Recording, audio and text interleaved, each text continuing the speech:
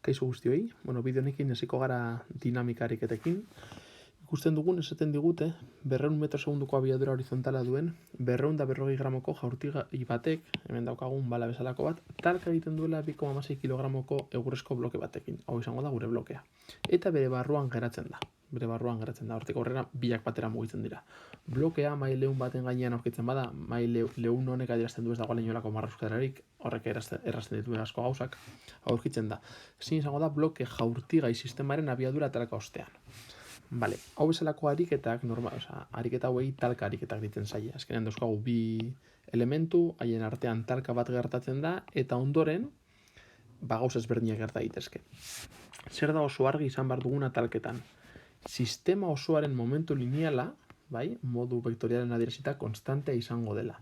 Ez naiz gehiegi sartuko hemen azaltzen, baina azkenean talka gertatzen den unean nola ez dagoen kanpoko indarrik, momentu horretan esan dezakegu sistemaren momentu lineala konstantea mantentzen dela. Zer da momentu lineala? Ikusiko dugu zelan adierazi sistemaren momentu lineala. Azkenean sistema baten momentu lineala izango da objektu baten momentu lineala gehi bestearen momentu lineala. Eta dakiguna da, ez dakigu ze gertatuko den, izaten dugute biak batera mugituko direla, baina ez dakigu bukarako abiadura zenbatekoa izango den. Dakiguna da, honen momentu lineala honen momentu lineala ezagutzen badugu, honen momentu linealaren berdina izango dela. Beraz, kalkulatuko dugu zein den hasierako momentu lineala, P baten bidez adierazten dela, bukarako momentu lineala, berdinduko ditugu, eta lortuko dugu zein den bakoitzaren abiadura. Talkak 3 motatakoak izan daitezke. Izan daiteke ariketak esatea talka elastikoa dela. Horietan, hau betetzeaz aparte, hau gertatzen da talka guztietan. Gainera elastikoa da, sistemaren energia konstantea mantentzen da. Beraz, kalkulatu genezake honen energia batuketa, eta badakigu bukaran berdina izango dela. Kasu honetan ez digute esaten elastikoa denik, beraz, sistemaren energia ez da konstante mantendu behar. Gogoratu, momentu lineala beti talka bat den bitartean. Beste talka mota bat dira inelastikoak. Esan dezake ariketak inelastikoa dela, edo ariketa honetan esaten duen bezala, esaten du blokea bere barruan geratzen da. Zer izango den elastikoa? Talka gertatu eta ondoren, bi objektuak batera geratzen direnean. Itxatzita izan daiteke bala barruan geratu delako, edo talka egin eta gero biak norabide berdinean eta noranzko berdinean eta abiadura berdinarekin mugitzen direlako, baina hemen lortzen dugun baldintza edo norabaiteko informazio adizionala izango da, bi objektuen bukarako abiadura, fijatzen zarete hemen jarri dugut V1 eta V2 adierazteko jaurtigaiaren abiadura eta blokearen abiadura, eta hemen berdina primarekin adierazteko bukaerari buruz ari garela hitz egiten. Beraz, prima hauek adierazten dutena da bukarako egoera eta primarik gabe hasierako egoera.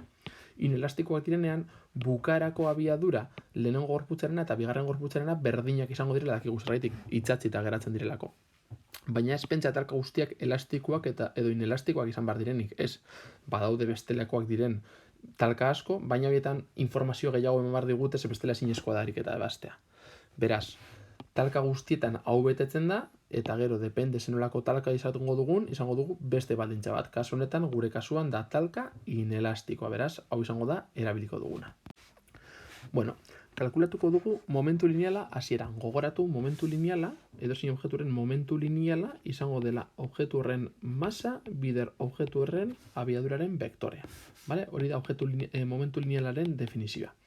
Orduan, kalkulatu nahi badugu sistema osoaren hasierako momentu lineala, kalkulatuko dugu lehenengoaren momentu lineala, hau izango da P1, eta hau izango da P2. Eta hau izango da P1', hau da lehenengo objektuaren momentu lineala talkaren ondoren, eta hau izango da bigarren objektuaren momentu lineala talkaren ondoren. Fijatzen bazarete, hemen, zuzenean ja jarri dut, hau 0 dela, zergaitik. Hasieran blokea geldirik dagoelako, V2 0 denez, sistema osoaren momentu lineala bakarrik izango da lehenengo objektuaren momentu lineala, bigarrenaren momentu lineala 0 delako. Eta bukaeran, nola jaurtigaia eta blokea abiadura berdinarekin mugitzen diren, esan beharrean V1' eta V2' esaten dugu biak berdinak direla, eta esaten dugu izango dela V'. Orduan, hauek biak, nola V1' eta V2' berdinak diren, jartzen dugu V' eta V', eta hemen faktore komun bezala ateratzen dugu, eta geratzen zaigu M1 gehi M2 bider V'. Beraz, talka batean, dakiguna da, hau, M1 bider V1 izango dela honen berdina.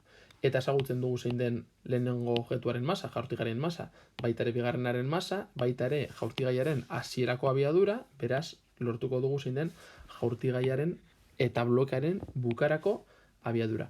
Detailetxo bat bakarrik. Momentu lineala izaera vektoriala dauka, bale? Azkenean da abiaduraren vektorearen berdina norabide eta noranzkoan. Kasu honetan guztia dago izardatzean, beraz, ikusten bauzu ariketa bat, eta zuek ebazten bauzue gezirik gabe hori bakarrik aplikatzen da, hau guztia dimentsio bakar batean gertatzen delako, bale? Baina dimentsio bat baino gehiagotan agertzen bada, isa eta i ardatzak agertzen direnean, kontuz izaera vektorialerekin, ze jarri barko genuke v bat isa, v bat i, eta horrelako gauzak, bale? Baina kasu honetan geziak ez badituzue ikusten, ez du esan nahi ez txarto dagoenik, edo ezberdina denik, baizik eta dimentsio batean vektore bezala edo vektores bezala adieraztea, emaitza berdina ematen du. Beraz esan bezala, hasierako momentu lineala da bukarako momentu linearen berdina, sartzen ditugu datuak, kontuz, gramoak kilogramotora pasatzen, hau kilogramotan dago, eta 1 metro segundutan, beraz, sistema internazionalako unitatean jartzen dugu gauza guztiak, eta ikusten dugu nola V', gertzen zaigun 48,2,4, ematen duela 20 metro segunduko. Horrek esan nahi du, hasiera hau 200 metro segunduko abiadura da zeukala, orain 20 metro segunduko abiadura, baina normala da, ze honen masa oso txikia da, honekin alderatuta.